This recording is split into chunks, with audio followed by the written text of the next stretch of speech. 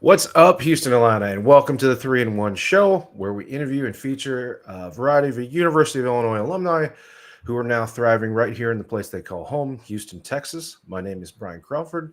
I am an Illinois graduate of 2008, and today our featured guest here is the Associate Vice President at 49 Financial, Jimmy Henry. He's going to talk about a little bit about the landscape of the financial service industry here in Houston. Say hey, Jimmy. How's it going, Noel? ILL. I.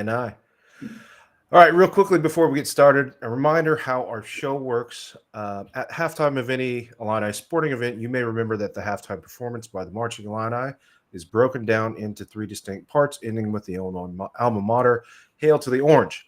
So we will also break our show down into 3 distinct parts as well. First, we'll talk about how our guest chose the University of Illinois.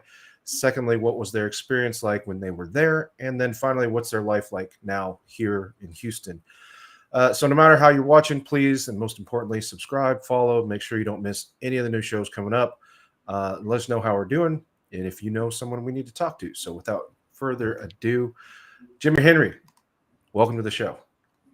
Yeah, thanks for having me, Brian. I'm excited to do it. Excited to have you on, man. So let's go ahead and start the part 1 before you were at Illinois. You grew up in DeKalb, about an hour west of Chicago. Yeah. Tell me about what it was like growing up there. Yeah, I always joke with people. I joke with people in Texas that it's a suburb of Chicago, and then I talk to people from Illinois, and they're like, "That's not a suburb." And so I've refined it into it's about 30 minutes of civilization out of Chicago, and then 30 minutes of corn, and then you get to where I'm from. So I absolutely loved growing up in DeKalb. I think it's an absolutely amazing little pocket because it's got a little bit of everything. It's very agricultural. There's a lot of different really good restaurants. It's got NIU, so there's a really good just college town feel to some extent. Not quite as good as Champaign, which is exactly why I didn't go to NIU. But yeah, absolutely loved growing up in DeKalb. Still love making it out there. I was just there for Christmas over the break, so love it. Is there any kind of like rivalry with your friends that went to NIU? Not really. I think maybe just because we're not in the same conference that then we're not really competing over much. I had this weird vendetta growing up against NIU because I went there for a lot of music. I went there for my guitar lessons growing up. For just my lessons were always in the building. Wasn't necessarily affiliated with the university. But for some reason, that gave me this weird, like, I can't go to school here. I actively cheered against the Huskies for a while, which I don't really know why I did that. But yeah, no real rivalry much. I actually don't have a lot of friends that went there either. 2 or 3 that ended up going there, but yeah. Well, I'm also curious then if you were around NIU, you're around people, you went to campus all the time. So you were honest, I didn't want to go to school there, you pick another school. But what also drew you then to the University of Illinois in Champaign? Yeah, I had gone down there a few times actually, because I started off at Kishwaukee College, which is a community college kind of on the outskirts of the DeKalb area. Went there for 2 years because my whole academic journey was kind of a roller coaster. I thought I wanted to go to Mizzou for sports journalism, and then I saw the bill and said, no, thank you. So I went to community college and went down to Champaign 2 or 3 times in those 2 years to visit a friend that had gone there for all 4 years. And, just the typical stuff that people would do if they're going to visit their friend in Champaign. I'm sure you can imagine. We had some very, very good times, really just liked the city. And when we were done, when I was done with community college, the decision to figure out where I was going to go was a matter of, one, where would my credits transfer? And Illinois was a very quick transfer for the credits, very easy, simple. I, funny enough, was considering going to UW-Madison because I've been a Packers fan my whole life. So I know that's not what the Illini want to hear, but thankfully it did not go that way, and I ended up going to Illinois and lived with that friend actually that I would visit. And so for me, it was very much getting to live with him, getting to go be in the city that I really enjoyed being in. It kind of was what got me there. And then, yeah, the experiences while I was there absolutely made me fall in love with it. So it all absolutely worked out for the best. I'm glad I did not go to Madison. Yeah, me too. That's really for your sake more than anything. Probably. I wanted to back up for a second, and I heard something a while ago. You took guitar lessons Yeah. growing up. Did you continue that? Are you proficient on the guitar today? Proficient is probably a good word for it, but not anything more than that. It was classical guitar. So to back up, my neither of my parents really do much with music. My dad played guitar in his like high school band. His claim to fame was playing for their homecoming, and so my sister and I knew we wanted to be in music our whole lives. So they put my sister, who's 7 years older than me, into violin lessons. That's classical violin. She's an absolutely amazing violinist still to this day. So when I was getting of age to pick an instrument, I picked guitar because I wanted to play like Aerosmith and rock and all this stuff. So they put me in classical guitar lessons, which, 6-year-old me was kind of angry about that because I wanted to play, electric guitar, not this Bach stuff. And so I did that all through high school, and it was absolutely amazing experience. And I got to play the rock stuff at one point, so it came eventually. And it was a great experience. I don't play guitar a whole lot anymore. I actually play a lot more piano now. When I was in high school, I just started picking up piano when I started singing because it was an easy way to sing and play an instrument at the same time. And so I credit the guitar experience to just me falling in love with music. It's much more love of music and singing now than guitar specifically. But yeah, it's been an interesting journey musically.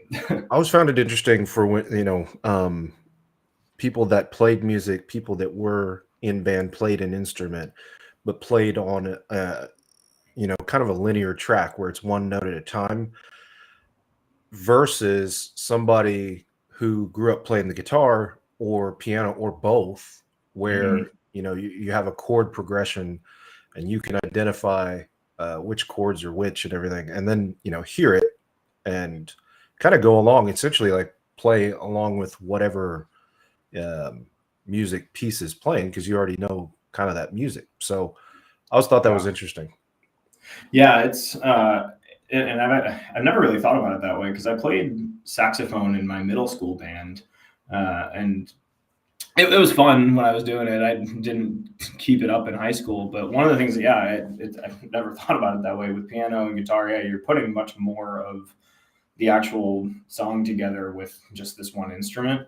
And again, my primarily musically what I do anymore is sing. So I sing actually for my church choir down here. Nice. And I didn't start singing until my senior year of high school, and it was actually someone at an Illini event.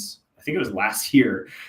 We were volunteering at the food shelter, or not the food shelter, but we were volunteering, and I was telling them about this. I don't even think they were Illinois alumni. They were just people that we were helping with that were next to us. And I was describing this because I didn't start singing until my senior year of high school. I quit like all of the sports that I was doing and really just leaned into singing. And she looked at me, she goes, you did the Troy Bolton. And I was like, holy crap, I've never even thought that. I was like, I literally did. I wasn't actually that good at sports like Zac Efron's character was in High School Musical, but I was joking. I couldn't hit water if I fell out of a boat playing baseball. But singing really became my passion musically. And I credit the guitar and the piano, all of that, because I didn't really practice it much growing up, but I think I spent my whole life hearing these sounds get put together, that it was a lot easier for me to just start imitating it with my voice as a part of this a cappella group that my high school had. And yeah, I credit that actually with my just picking up singing pretty quickly. And now it's, yeah, if you ever see me driving on I-10, I'm probably singing something. Are you one of those guys that can pick up a guitar and just like play the song and sing the song at the same time? That seems to be a crazy talent. Yes. And I remember when I was really young, the first song I ever did that with was Blackbird by the Beatles. And I thought it was going to be easy. I was in like third grade and I wouldn't let anyone hear me do it. I was like in my room hiding, and I thought it would be really easy, and it was really hard because your brain is doing two totally different things at the same time. And I just practiced it until I could do it. And I can't really pick up the guitar and just play anything anymore unless I can like look up the chords. But you can give me a little bit of time. I could throw something together. That's a new challenge for you. Yeah. I'll bring a guitar to the next watch party. That's fair. Yeah. So in moving to kind of the next part of the interview, now we're at Illinois. Yeah. I read a little something in the bio that you were a part of an a cappella group, or you were the business manager of the a cappella group, or a little bit of both? Both, yeah. So when I transferred to the University of Illinois, I knew that a cappella was going to be the thing I did. I wasn't that interested in doing anything like Greek life, or I looked around on quad day, but it was really just, I don't know. I joined the Illini tennis. There was a tennis ball club that they played baseball with a tennis ball. I did that for a little bit, but I joined the a cappella group. The name of the group is called No Comment. And I was actually I auditioned for all of the groups, and I was auditioning alongside one of my best friends from high school who was 2 years younger than me, that we were in the same a cappella group together in high school. And so it just lined up that we both went to Illinois at the same time and ended up getting into No Comment together. And it was funny because all the members of No Comment didn't really know anything about DeKalb, or they're like, what are y'all drinking in the water over there? Singing like this. But it was a great experience. I did that for 3 years through graduate school even. And I was the business manager the second year that I was in the group. So every year the group, it was typically about 15 people each year when I was in it. Each year we elect, executive board, typically like a lot of organizations in college.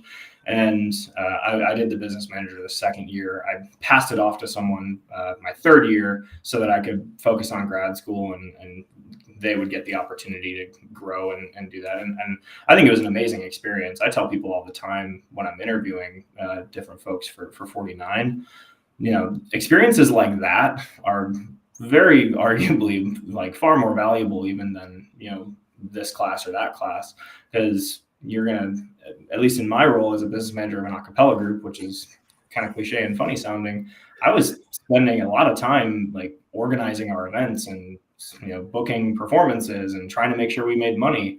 It was a very real experience that I got from basically imitating Pitch Perfect, which it was a lot closer to Pitch Perfect than you'd think.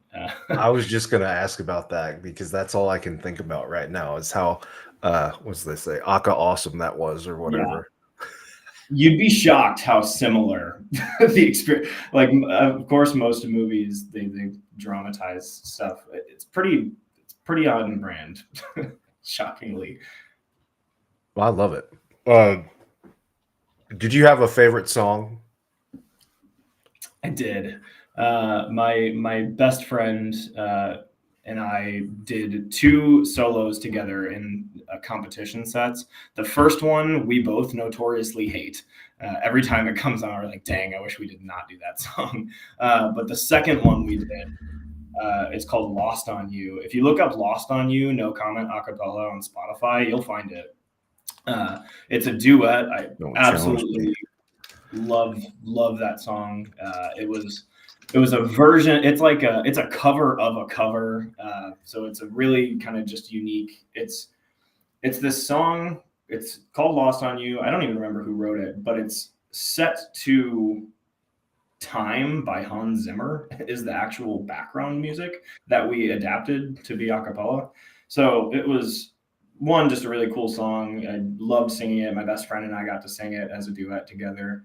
And unfortunately, that was the year that COVID just shut everything down. We were pretty confident that we were going to go win some awards somewhere with the set that song was in, and then COVID happened and it all shut down. But that's definitely my favorite. Could have had a whole new career trajectory. I know. Yeah. I never really, I have a lot of friends who did want to go into music and do, like, they live in LA and they're going for it. I never really crossed my mind to do that. I don't know why. I think. Okay, if you go for, well, now I want to make an event for it, but like if we were going to the bar and it was karaoke night in there, are you getting up and singing? Yeah, for sure. And it's a funny thing that you mentioned that. I never did karaoke until I moved to Houston. And I was with friends, because you don't want to be the guy who can like sing and then is like saying, hey, let's go do karaoke.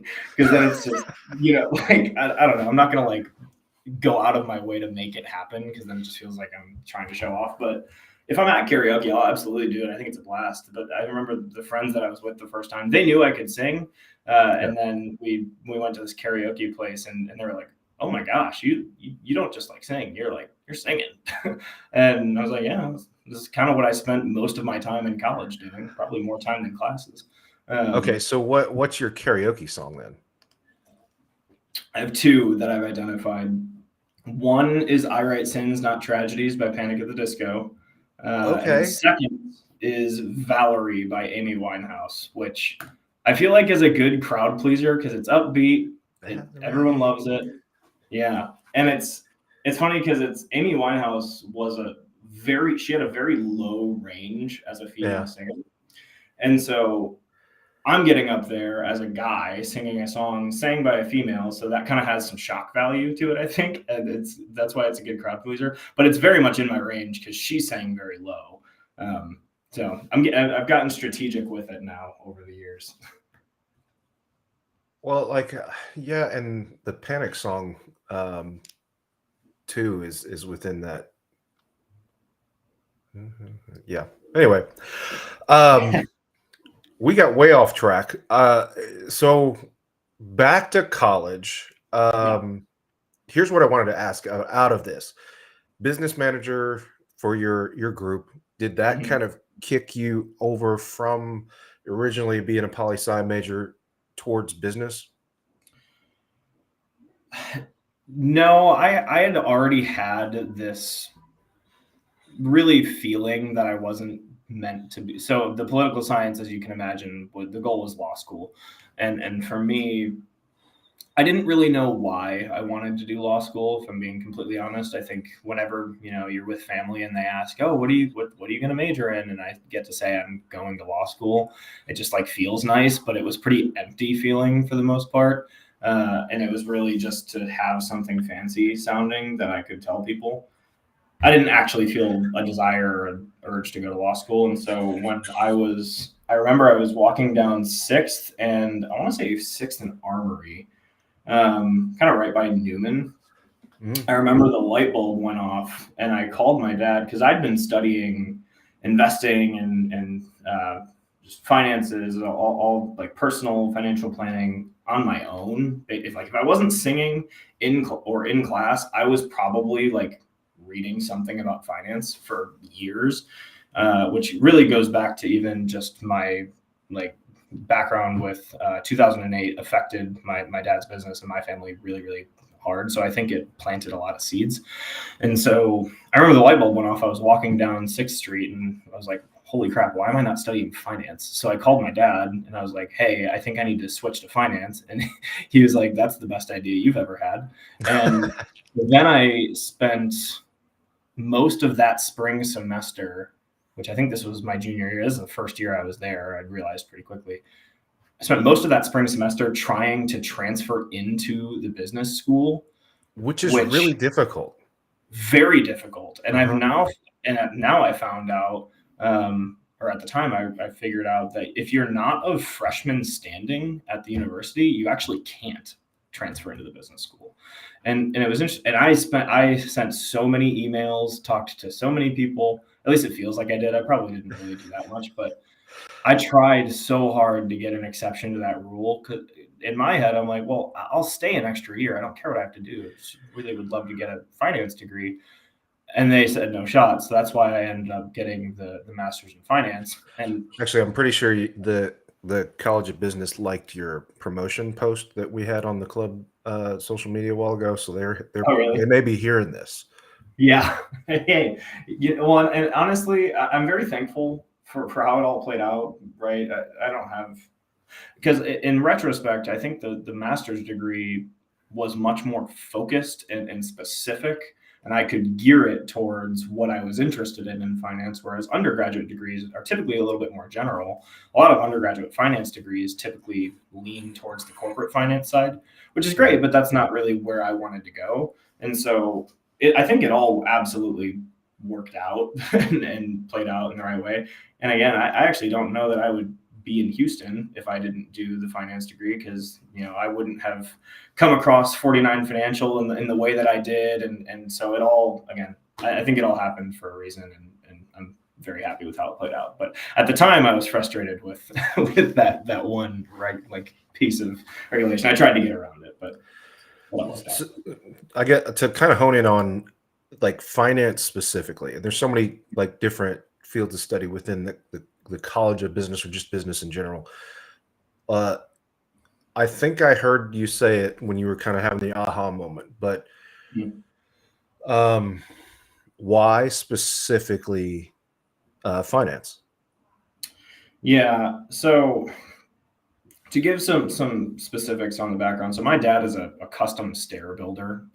He is an artist for stairs. Yeah, some of the woodworking stuff that we have in our house that he just did on a whim is absolutely beautiful.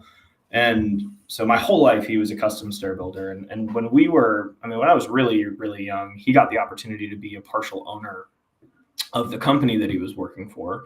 And so it was the first time that he was kind of stepping into something a little bit more entrepreneurial and actually having some ownership in it. And that was 2005.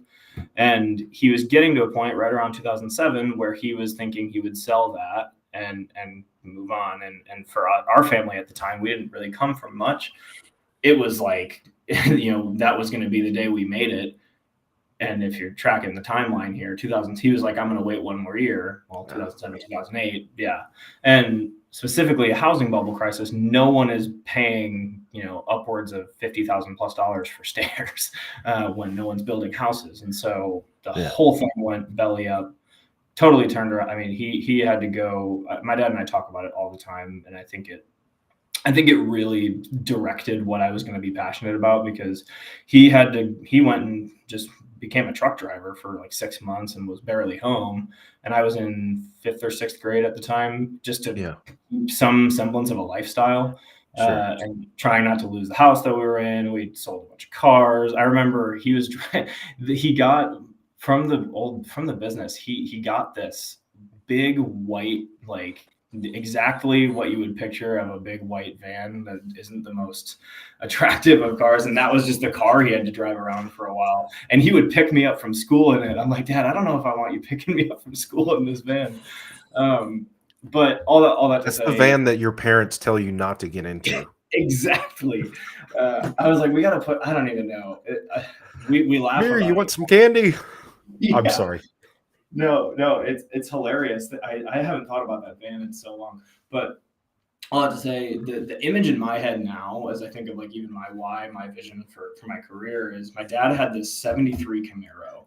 It was the prettiest car. We had it for so long, and he was in the middle of remodeling it because he used to love just taking it apart, putting it back together. He was in the middle of remodeling it, and all this stuff happened. Had no money. It was just kind of sat in the garage for years. And eventually, right after he got it ready to drive around, I think I rode around in that thing 3 times. He had to sell it to pay a bunch of taxes and IRS and all this stuff. I don't know the exact details. Man, I knew you were going there. Yeah. And So finance for me all kind of comes back to that. I've told them the number one, right? You've got long-term whys and big visions for what I want to do in my career, what I want to do for my life, my future family. In the short term, I'm going to buy that car back at some point. I'm actually figuring out what the VIN is so I can get that specific car. But that is a big goal of mine, is to get that car back. But it all, finance, I think, all just comes back to almost like what I envision it, the symbol of that car, as there's so much that goes on behind the scenes with someone's financial plan, and out of nowhere something can completely turn it upside down. And there's a lot of people, specifically, I think, the core of my client base in a lot of ways, and 49, and a lot of people that we get to serve, have done really, really well for themselves. They've done a lot of really great work. They've saved really, really well, and they're almost ready to retire, if not ready to retire, or even far beyond that.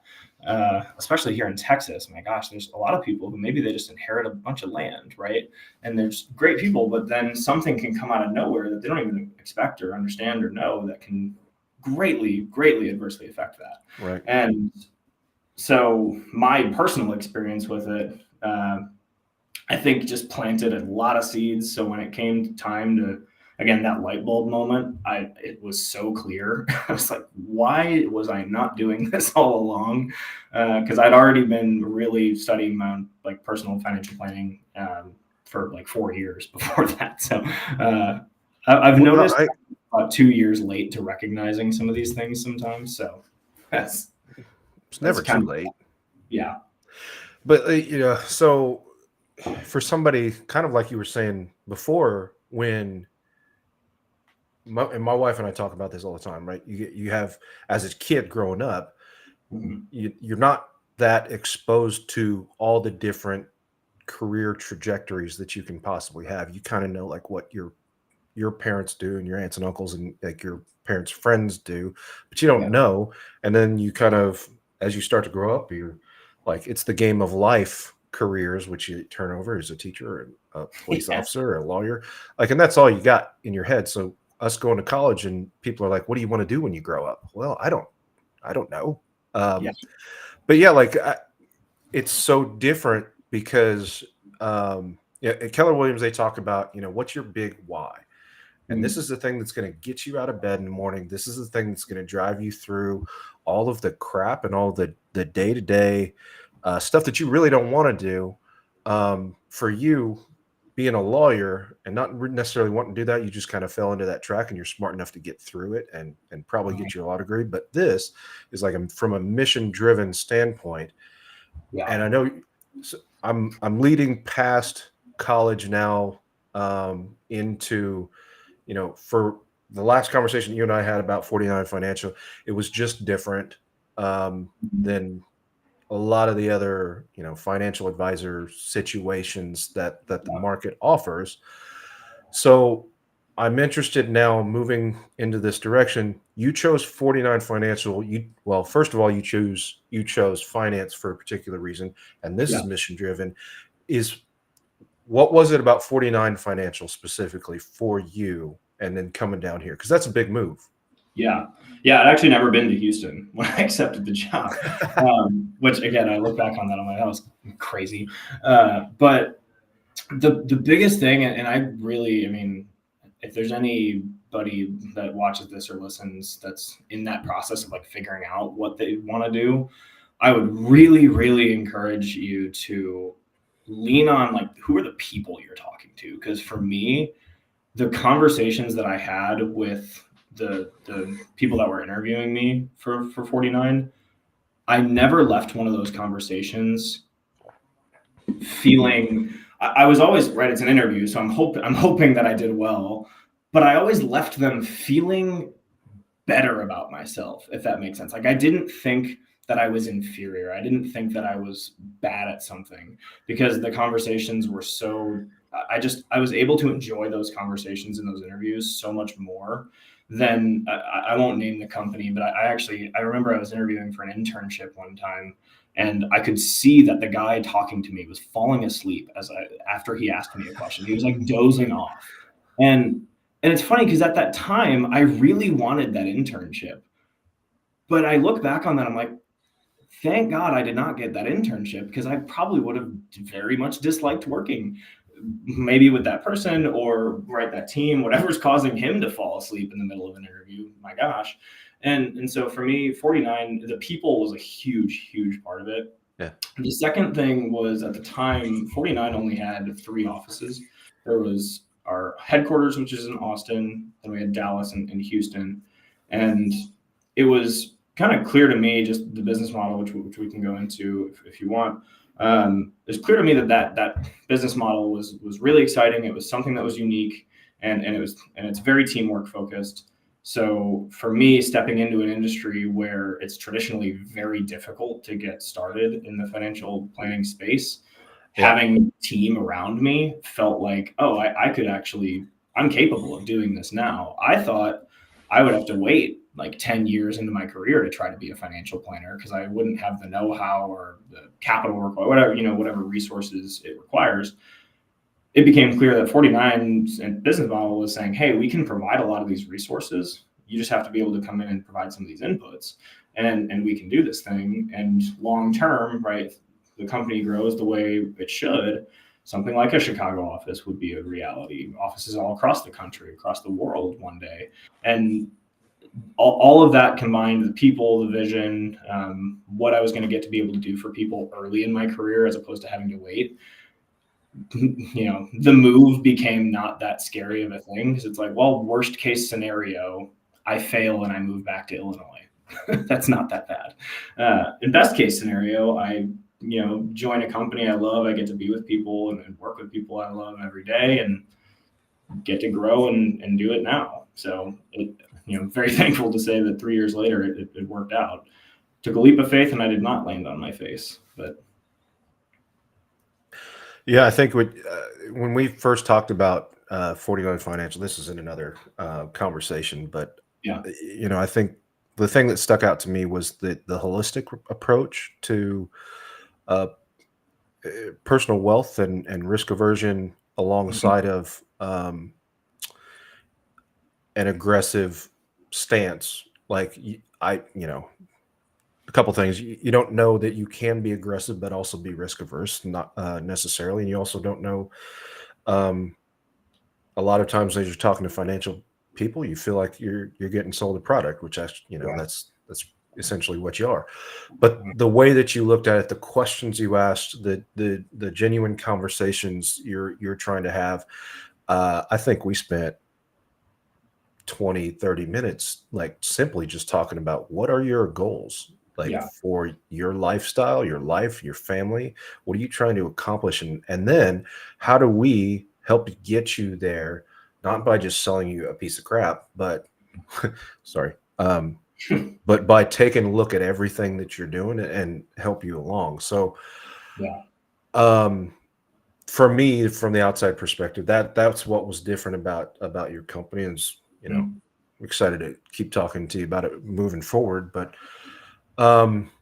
you'd mentioned the uniqueness of your org structure. Is that something that I think there's a really helpful analogy that again, it's not necessarily always perfect, but in the industry, right, I don't want to vilify the industry at all, right? Just because we're trying to do something in a different way doesn't mean what's been done for so long is necessarily bad.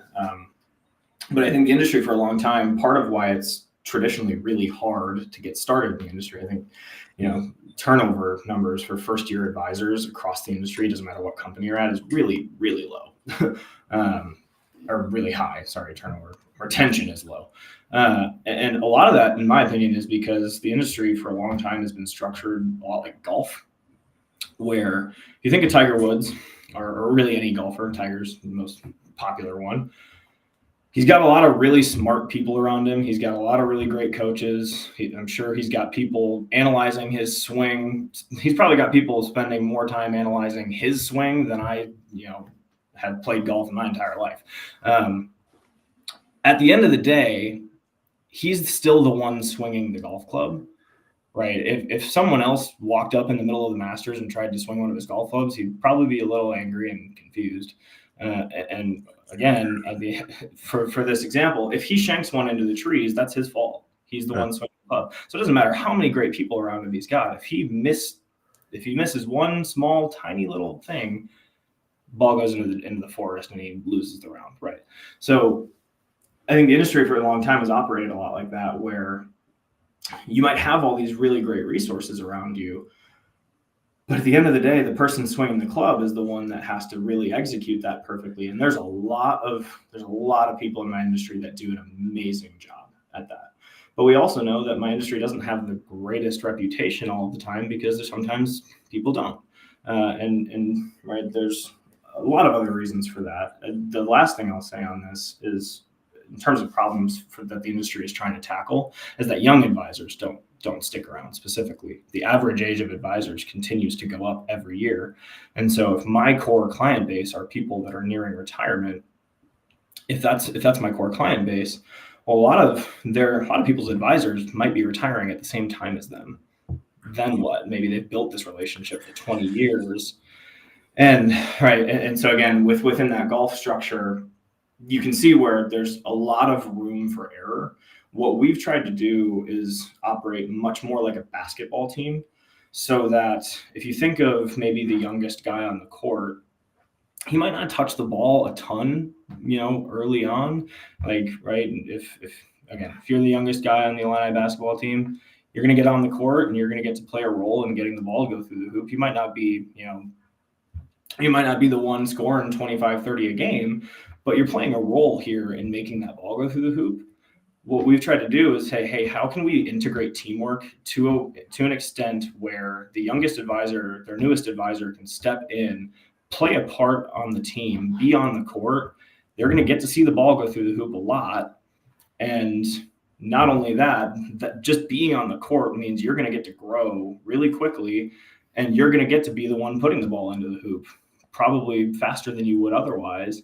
So you get to really work with people that, right, if you're a 23-year-old stepping into this industry, it's kind of insane to think that people might, say, hey, manage $1 million, please. But that happens because there's teams of people around that youngest advisor where he gets to build his book of business. He gets to serve these people for a really long time. He gets to be in the heart of his career when they're in the heart of their retirement. But he's got a team of people around him that are experts in anything that he needs to have addressed. And I think it's, again, you can see I get fired up about it, but it's something that I think it's that basketball to golf analogy is the easiest way I can think of what we're trying to do and implement to see. So you're just like a young Io DeSunu, and I love it. I'm working on it.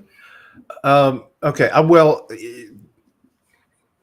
It's pretty clear that you've thrived in that environment. I want to say there's, you have 2 or 3 promotions in a couple of years now, landing you at associate VP. That doesn't come without a lot of success and a lot of hard work, and probably a lot of failures as well, but a lot of learning moments and along the way. What I wanted to try to get from you is, as you have had success here, for a brand new graduating senior, somebody that's rolling out of the business school or got a new finance degree from Illinois and looking for a place to land, what are you talking to them about? What are you saying to them about some of the opportunities, maybe 49 Financial or that Houston has in terms of career path here? Yeah. Oh my gosh. I mean, Houston as a city has so much opportunity. I mean, the energy sector alone, right? The oil and gas industry, the amount of companies that are here that are looking for really, really smart people, right? What I tell people is, because in my role within even our interview process for, seeing who we want to, bring in as we continue to grow our own office here, my role is very early in the process and is very centered around, hey, can we identify that this person is a culture and a values fit? and then start to understand, is this something that really makes sense for them? And what I typically talk to people about is this career is amazing, right? I'm obviously biased, but it's not for everybody, and that's the same, right? That I'd say that's a similar case for just about any career, and any company wants to grow, and in order to grow, typically you need pretty good people. And so what I always kind of just walk people through is, let's start to identify truly, like, what is it you want to do, right? To your point earlier on, what is your mission, right? You can have a goal. Goals are, they're a little bit more fleeting, but if you really have something that's a deeper why, that mission, we can start to identify that and what you're really passionate about. There's gotta be great companies, especially here in Houston, that are looking for something with that skill set. And I know for us, we tend to be pretty proactive about trying to figure out who those candidates are. Primarily because we all know it. The job search process is like the worst right now in the world. It's awful. I mean, I can't tell you how many HR website logins I had to create that I'll never use again when I was in college. And so, again, I never want to go through that like blind throw out 100 resumes again, ever. No. I don't envy that process for anybody that's got to do it either. No. And I told, and again, to my kind of point earlier, especially in Houston, there's so many great people. I love living in Texas. And getting to really, I think, right, if you're in an interview, like, are you enjoying talking to this person?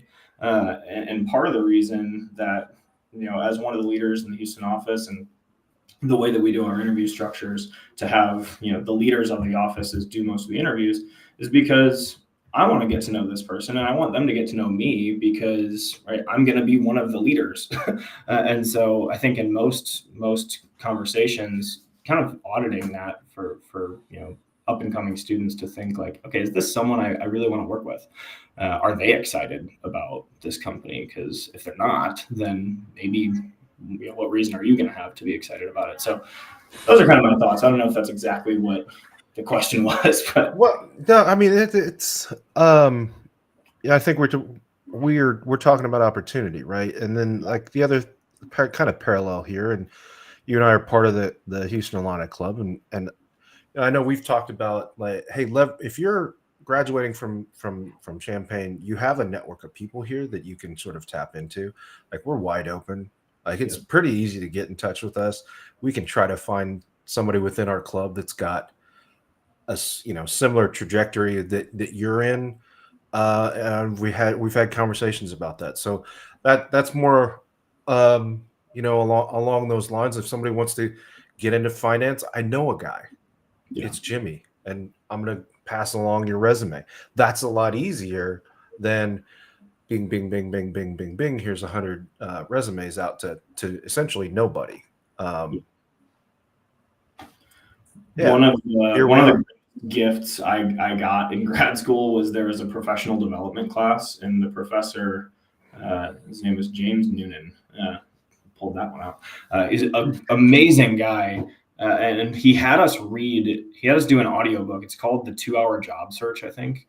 So if you have Audible, or if you don't have, if you've never gotten Audible, you can literally just go get this for free, because they give you a free credit when you sign up. And that's what I did. And it's like a 3-hour audiobook. The whole idea is, it used to be much easier to get jobs because you couldn't just broadcast an opening to the entire world. So in one sense, it was harder to find a lot of candidates back before the internet, but it was easier to get the job because you're fighting in a smaller pool. In today's world, there's endless jobs, but it's harder to get them because there's thousands of people applying. And so the company has to figure out who do we even interview? How do we start to narrow down who the right candidate is? And so the whole idea of the 2-hour job search is exactly what you're saying. If you have a network of people, if you have people that you can actually go to that will actively try to help you get connected, that's the easiest way to get not only a really good opportunity, one you're probably going to enjoy a lot more, and again, you're plugged in with a really awesome group of people. So, And speaking of how to get a hold of somebody that's a hiring manager, yes, email is a very good way to reach me. And if you're part of the club, you can join the WhatsApp. okay, so I am closing off the third section of our interview, or the third part of our interview. This is the time where we give our guests time to talk about something that they're passionate about, something that they're involved in, something they want some people to know. So, Jimmy, the floor is yours. Yeah, and I think when I started in financial planning, one of the things I realized I could make a really big impact in that my company started to focus on was charitable giving, because there's a lot of ways you can get really strategic with, again, really, not only giving yourself a lot of really good tax benefits, but by getting those tax benefits, you can amplify what you're giving to organizations. And so the through line in my head was I got to get involved in some really cool organizations here. So there's two organizations I want to highlight that are in Houston. One is I'm on the board of it. It's called Conscious Capitalism. We've got a chapter. We're going to be putting on really, really regular events this year. Whether it's just kind of conversations where we sit down and are just talking about specific topics, and how can we as business leaders and business owners again act with much more consciousness within capitalism, because we can see how much benefit that this economic theory has brought the world, but we have to be conscious about it, right? We can't manipulate that. And so I was really very passionate about that organization, what we get to do, just again, those conversations with small businesses. So would definitely encourage people to look up some of those events. The second one is a connection that I actually got through a mentor of mine up in Chicago, and it's called Genesis Works. It was founded in Houston, and the whole concept for Genesis Works is that they provide paid internships for underprivileged or specifically high schoolers and they only go to high schools that are 70% and above free and reduced lunch.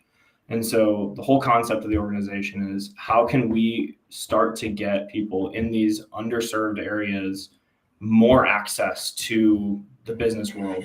And they've got so many amazing partnerships, and I've been able to go to a few events and just work with some of these students. Right, these are high school students that are they're getting paid internships. It's an amazing experience.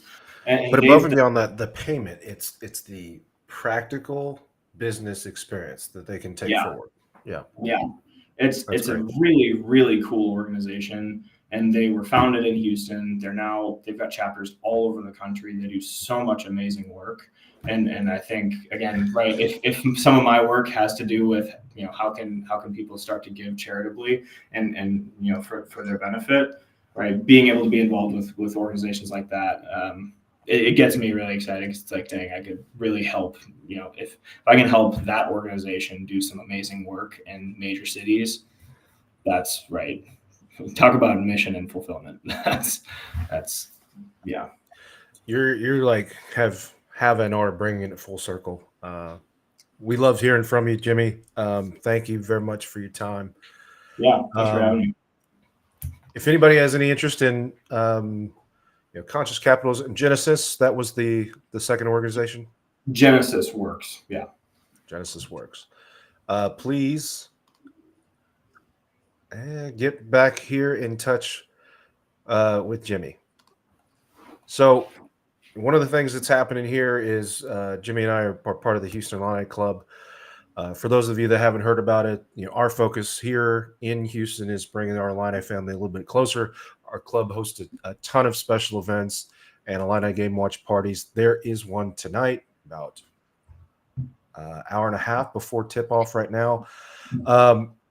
Throughout the year, our intent is to get a lot of people together who bleed orange and blue, and also raise some scholarship money for some Houston area high school students who are choosing to attend the University of Illinois and head to Champaign. And I know our goal is $4,000 this year. I hope we can eventually underwrite someone's entire tuition.